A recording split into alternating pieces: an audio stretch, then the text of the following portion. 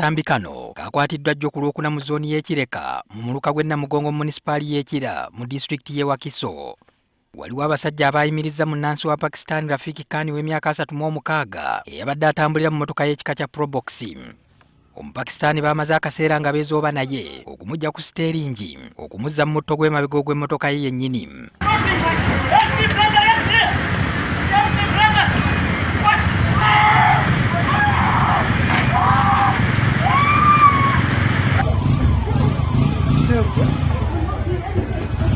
Bro, what's going on? Abasajja bano kyabadde kizibu okwawula oba ddala babyakwerinda abali mu kikwekweto oba abanyazi kuba abamu babadde mu byambalo by'amagye nga balina n'emmundu. Kyokka poliisi ku nsonga eno etukakasizza nti bano tebabadde babyakwerinda wabula abanyazi. Baasuuliddwa emmotoka fielder era ne balindirira awo nga balinga abakimanyi nti essaawa yonna ayinza okuyita ku kkubo eryo. Tukiraba nti bwe baba nga babadde bannaffe tebakoze bikolwa byennyini birina kukolebwa, so kitulaga nti bano babadde babbi tebamanyikiddwa. So n'olwekyo omuntu wa bulijjo kiyinza omuzibuwalira okumanya oba ono omuntu mutuufu oba mukyamu. Poliisi era etegeezezza nti Omupakisitaani yeekubidde eddenduulu ku poliisi n'agibuulira bye bamubbyeko ne gye bamusudde oluvannyuma lw'okumuvuga akagenda akawerako mu mmotoka.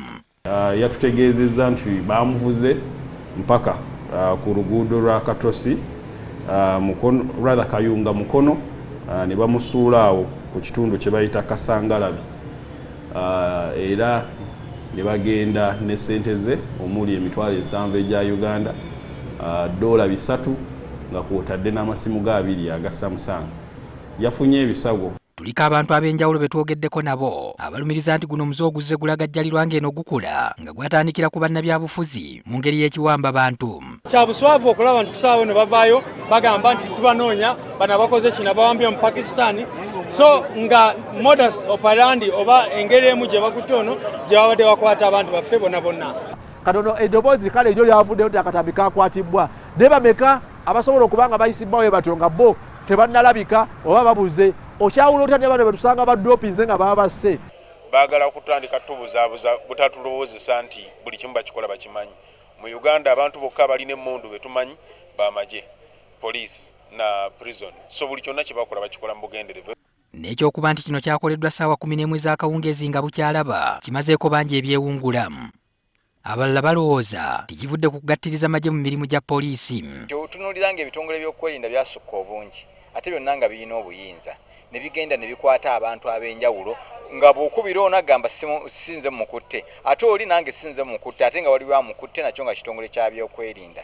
So abantu ba bulijjo senga be bakola ebintu ebyo senga tetudda na mu kamera kubyogerako kuba twalirowoozezza nti maybe eggwanga liguddemu ensasagge naye kiwa essuubi nti poliisi yennyini yatandikiddewo okubuuliriza ate katusuubire nti wajja kubaawo obwenkanya. Poliisi etangaazizza kye yakakolako mu kunoonyereza ku banyazi bano. Emmotoka eyo twafunye ebigikwatako, tuli mu kugirondoola era tujja bba tubategeeza we tutuuse, naye nga ensonga eno eri mu kunoonyerezebwako nga ya bubbi. Patrick Ssenyondo, NTV ku ssaawa emu.